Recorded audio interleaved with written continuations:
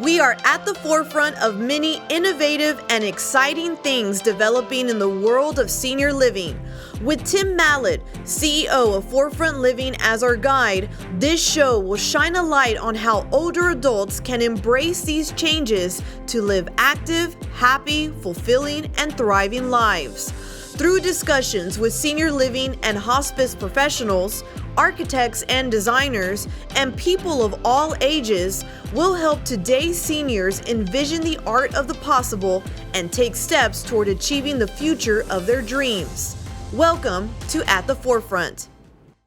Welcome to At the Forefront. I'm Tim Mallad, CEO of Forefront Living, and I'm very happy to welcome everyone here today. We have a very special program. We have two gentlemen with us today, two gentlemen from different generations who are joining together to bring, I think, something spectacular, not just to our city, but potentially to our country. Our first guest is John Luckadoo. Lucky, as we call him, is a resident at Presbyterian Village North. During World War II, Lucky flew 25 missions as a B-17 bomber pilot in the U.S. 8th Air Force during the Second World War. He and his group served against very heavy odds with determination to defeat Nazi Germany. His group was called the Bloody Hundredth, and bloody not because of their success rate, but because of the number of casualties that they experienced during the war. Lucky and his group were the first group to lead the daylight bombing raids on Nazi Germany in 1943. He is often seen at conferences and on TV shows and interviews, but today he's here to talk to us about something different than his experience during the Second World War, but connected to it. I'm also pleased to welcome Councilmember Adam McGough. He's the Dallas City Councilmember for District 10. Councilmember McGough is a native of Nacogdoches, Texas, if I say that right.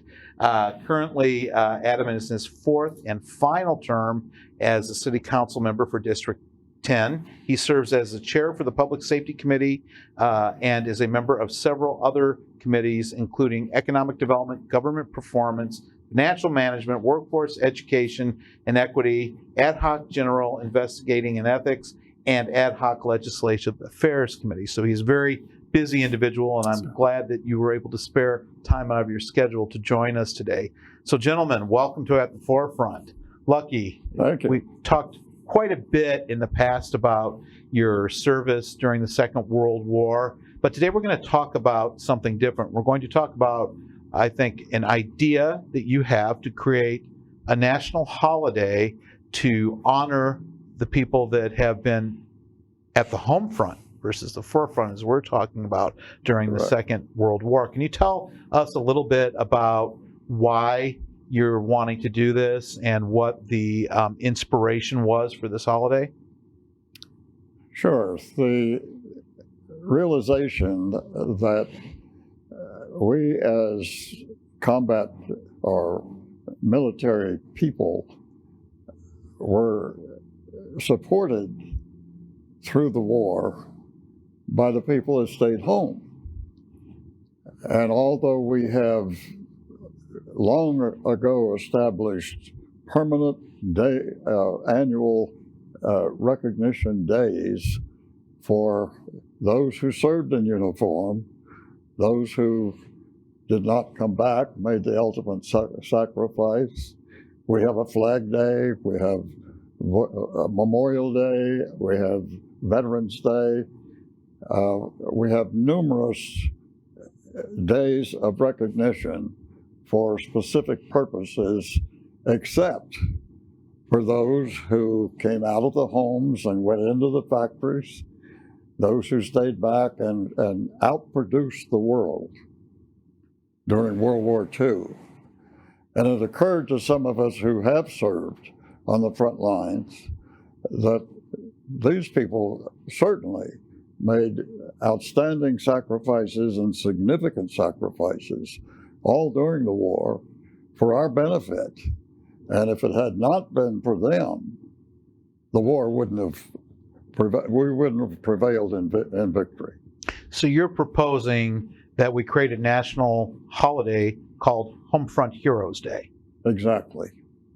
And we've been proposing this for 3 years now, and with the able help of Adam and the City of Dallas, we have secured May the 9th as our Recognition Day in Dallas. We have since received some support from the state to also have the state recognize it, the state legislature recognize it. But until we have a national day established by the Congress, it won't be universal, it won't be countrywide, and that's what we seek. So Councilmember McGough, we contacted your office a little over 3 years ago, actually 4 years ago now, with this suggestion, and with what seemed like rapid speed or warp speed, we had a proclamation from the City of Dallas declaring that first Homefront Heroes Day in 2018, May the 9th. How did that happen so quickly, and what was your reaction when the request came through? Well, first of all, what an honor it is just to sit on the couch next to this man here, Mr. Luckadoo. It's he's an American hero, and it took about 30 seconds for me to get the request, understand what it was and where it was coming from, for me to go to our mayor at the time and to start the wheels churning to make this happen. It's a recognition. We often think about how we recognize people, but sometimes it's the behind the scenes folks, or it's the people that stayed home that don't get that recognition. And to have it come from such a decorated and an honorable man, it was, let's do whatever we can to help. So these events, are north of 75 years ago now. Why is it important to recognize what happened then, and what is the relevance today? Yeah, well, it's still impacting us today. I can share just from personal experience. My grandfather, when he got news of Pearl Harbor, it's kind of a joke in our family, but he didn't ask his mom permission. He hitchhiked to the train station, took the train down to San Antonio, enlisted, and spent the next several decades of his life serving in the Army. And on the other side of my family, my grandfather also served and ended up getting sick during his service, and ended up passing away. And my grandmother raised my father as a single mom from that point on, and she was a Homefront hero in every sense of the word. And so that type of influence is still impacting our generations, and hopefully through the work of this, we're going to continue that recognition in a way that will continue to influence. Lucky, we've talked, these events are 75 years ago, and then even a few more if you think about when you enlisted. What relevance from that, or what aspects from that time period are relevant today? What lessons can we learn from the inspiration, or the individuals that gave you inspiration today? What we can learn today, Tim, is the fact that there's still mothers and families that are supporting service people that are serving our country on the front lines across the world. We're still involved in wars, and therefore it's appropriate to recognize that families, mothers and fathers and uncles and aunts and sweethearts, all the members of the family are in some cases still today supporting people on the front lines serving in uniform. And so it's just as appropriate today as it was 75 years ago. So as a serviceman, as somebody who was battling at the front lines and very much in danger, can you tell us a little bit about the type of support you felt from the home front, or what that meant to you? Because there was, and especially if you think about 1943, there was not only a geographic distance, didn't have the technology we have today. How was that manifested to you as a service person? In many ways, not the least of which were letters from home that we continue to get care packages that got through occasionally, reminding us of home, and the fact that the people keeping the home fires burning, as it were also sacrificing due to the rationing that they had to endure for preferred in deference to all of us on the front lines as being the most needy of their output and their love and affection and devotion to the cause that we were fighting for. So there were so many ways that they exemplified that, not only in what they shipped to us and in terms of war material, but in little things from home that would remind us of what we were missing. So Councilmember McGough, you've had two family members who served during the Second World War. Do you have any family stories or anything that perhaps your relatives shared with you about that same time period in history? So a bunch of stories, but as I sit here, I knew I was coming to this discussion today, and one of my colleagues, Jaime Resendez, as a veteran, served in his time, and it was funny. Immediately he went to a story and he said, talking about the care packages, he said he didn't often ask his immediate family to send care packages. He just wasn't into it. But one of his officers noticed that he wasn't getting as many packages, and so plugged him into a network. And so people he didn't even know were sending him packages. And he said just recently he went back and found some of those letters that he got and just remembered how much it meant to him, and how in his mind those were heroes that would take time out of their schedule, their life, whatever was going on, to think about, to write, to get things of necessities and things that were nice for him to have and send it to him. And you never really know the impact that has when you're in that situation. But what an encouragement, and what a great way to think about and how to honor those folks. Lucky, you have said in the past that time period was when our nation was the most united, and maybe it's the last time we've been as united as we were during the Second World War.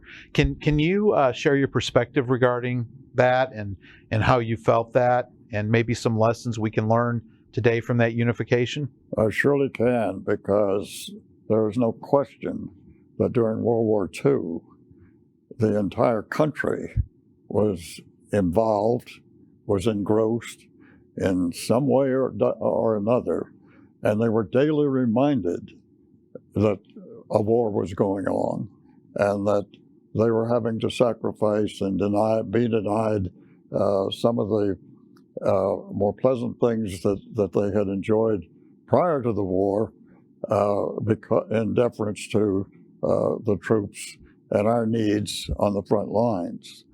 Today, that, as I mentioned earlier, is still taking place in some families.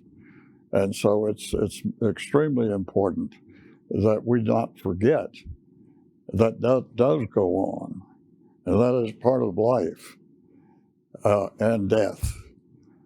They're still bearing the body bags that come home from foreign shores of unfortunate sacrifices that are made by those in uniform. And so it's extremely important, and that we make it known that we do not forget those who are serving in our behalf and doing the things up to and including putting their lives on the line overseas for our benefit. Lucky, you shared during one of your presentations that it was a time when we put our differences aside and we put ourselves as Americans first and Americans towards a common goal. Can you talk a little bit more about that? And again, the parallels between today, which I think you did a very nice job when you spoke, comparing those times to these times. Well, it's become all too apparent to me in my 99 years that we are not the United States, but we're the disunited States at this stage in our history. that we have become so divided and so separated as far as our ideals are concerned. And that's a great sadness to me and to my comrades who put our lives on the line to perpetuate the values that we thought we were fighting for and what we felt the flag stood for. And it still should today, but unfortunately it does not. So it is not a great comfort to us, having gone through the sacrifices that we did, to suddenly realize that today our values are not as valued, or not as highly thought of, and are not as revered and protected, and therefore we are disunited. So Councilmember McGough, based on those words, and we have an opportunity to come together. We have an opportunity to come together to have this become a holiday, to celebrate this. I know right now we have to seek a proclamation each year in the city of Dallas. Can you talk to us about the steps in creating a holiday, and even the steps in having this proclaimed, and maybe your thoughts for where we need to go and how all of us can help Lucky achieve his goal? Well, I just keep, as I hear you speak, I just keep hearing the word sacrifice, right? That recognition of sacrifice in others, which leads to the grace, which leads to this true concept of loving our neighbors. That's what brings us together, and that's what we've lost in many regards, is that inability to see through other people's eyes and to have the grace for people and give the benefit of the doubt. And so I was going to say this little idea. I mean, it's a big idea, but it's this little component could help just provide a piece of that, bringing folks together in that regard. And to do that, it takes Lucky's leadership, and it takes those that will buy into this mission, and it takes spreading the word. And so we can do it here in the city of Dallas, and we can do it bigger each year, and we can start pulling in some of our national elected officials, or those folks in Congress that can also start singing from the same songbook. And as we get more and more momentum around this, I just see it growing, and I see every year from this point forward. He's 99, and so we got at least another 10 years to make this happen. So we're going. Hopefully, we're going to keep working, and I think it's every year we'll get bigger and bigger. So, same question for both of you. I'll start with you, Councilmember, and then I'll go to you, Lucky. The thing that you both share is you both were called to serve. So you're in your fourth and final term. But if I were to go over, I actually have more than one note card with your background and the service you've given our city. What is the impetus to serve? What called you to serve and dedicate this portion of your life to public service? Yeah, well, the first answer is just my faith. I mean, we are called to serve and to love one another, and that's what drives everything I do every day. But I think there's a component of it that goes back to just that story of my grandfather. He didn't hesitate, and a lot of times we have the idea of what we need to do to help somebody else out, or we see something that doesn't sit right and we want to deal with it, but we come up with every reason in the world not to pull over and help the person on the side of the road, or not to do that kind of act of kindness that our country has been known for, and certainly in the South, our hospitality. And so it's don't hesitate. When you see the need, jump into it, and let's go get it done. And so look, public service these days is not easy. It is difficult, and there are challenges, and your whole family is involved, just in some ways as other service. But it is something that when you're doing it for the right reasons, and you can see the fruits of the work you're doing, and the change that happens in the communities you serve, and the new libraries and the new rec centers, and the things that you're able to have influence on, those are going to be things that impact generations to come. And so that's what drives me and keeps me going. Wonderful. Lucky, I know that prior to the United States entering the Second World War, you made an attempt in 1939 to join the RAF, but that was squelched by your parents, and you ultimately were able to join after Pearl Harbor. And then you began these missions, and you kept going back for a total of 25 missions each day, not knowing if you're going to come home. What drove you to continue each day to go out and to put your life at risk? I guess to put your life at risk. That would be my question. Well, Tim, actually, when I entered the war, I had no idea what I was going to be confronted with. None of us did. Unfortunately, wars are started by old men, but fought by young ones. And so I was at the prime age in my life when I was subject to call. And in order to select the service in the way I wanted to serve, I had to volunteer, which I readily did, as did most of my friends. As a consequence, we went into a situation that was deadly, to use the pun. And we were just hairy-headed college kids, and with little, if anything, on our minds but hair and chasing girls and drinking booze. But we learned in a hurry, when we got confronted by people who were out to kill us, were shooting at us, that we had to grow up in a hell of a hurry. So we matured overnight, not by choice, but by necessity, or else we couldn't confront and we couldn't deal with all of the factors that were suddenly being thrown at us. And so the realization that we were in a shooting war, and that, a great example was when we arrived in England, after flying our ships across the North Atlantic, Axis Sally came on the radio and said, "You guys don't have any idea what a big mistake you've made. This is none of your business, and you don't belong here. But now that you're here, we're going to teach you a lesson." And boy, did they ever. So going out on a daily basis, high altitude and unpressurized airplanes in bitter cold, and enduring what we had to endure was just a revelation that we were hardly prepared for. But I get often asked, well, how did you psych yourself up to get back in the airplane every day? And truthfully, I don't know. I just know that we had a job to do, that we were committed to it, and that we had to do it the best way that we knew how in order to survive. And that was what it was. But to survive, it was a matter of pure dumb luck. And that's why my book is called Damn Lucky. Tell us about the book. I know that you have a book and it's coming out soon.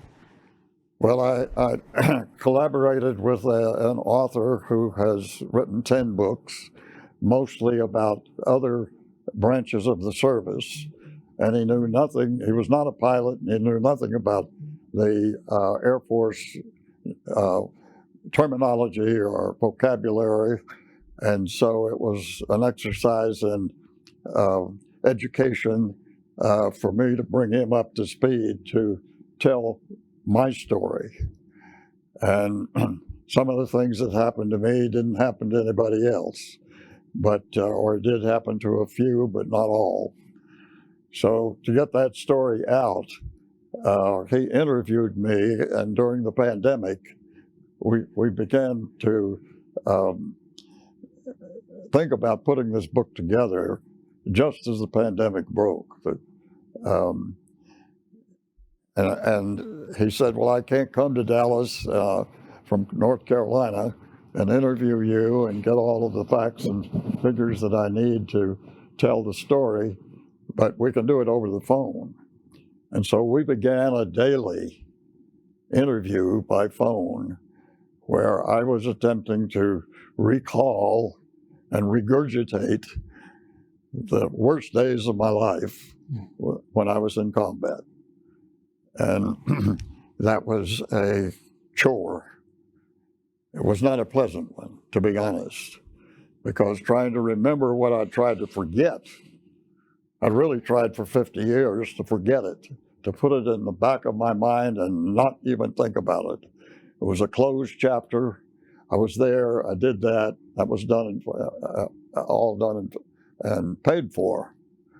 But unfortunately, I came to realize that being able to convey to successive generations what it was like, what we did, why we did it, and how we did it was significant in trying to bring the country together and unify us and be in the same canoe and paddling in the same direction. So you've got a birthday coming up. We've been alluding to it. When is the birthday, Lucky? I'll be 100 years old on March the 16th of 2022. That may be a different and another holiday we're going to have to pursue. I don't think it'll be a national holiday, though. Well, So it will what certainly we want the Homefront Heroes Day of Recognition to be a national holiday where we can all celebrate it throughout the country. So short-term goals for both of you related to this holiday. We've got the 100th birthday coming up. What would you like to see in the next year, or what are the next steps for this holiday, Lucky? But what I would dearly like to see is the country be united and come together in a common spirit. And one of the things that occurs to me that would precipitate that in the easiest form, the simplest form, would quit calling people African Americans or Asian Americans or Japanese Americans, but calling them American Japanese, American Afros. We all are first and foremost Americans. And if we simply alluded to that in the way that we recognize the ethnicity of our backgrounds, doesn't take anything away from that.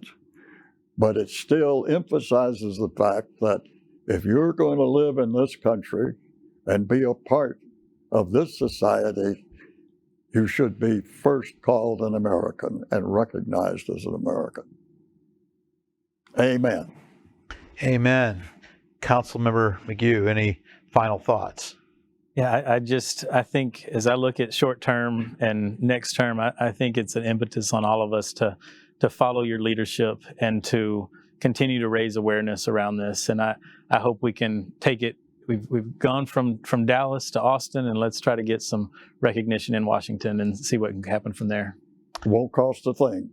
It won't. Only time. Only time. Well, I'd like to thank you both for joining us today. I personally have found inspiration in both of your desires to serve a greater cause and to serve your fellow Americans. And I thank you very much for living your lives at the forefront. So with that, I thank everybody and look forward to seeing you all again soon. Thank you.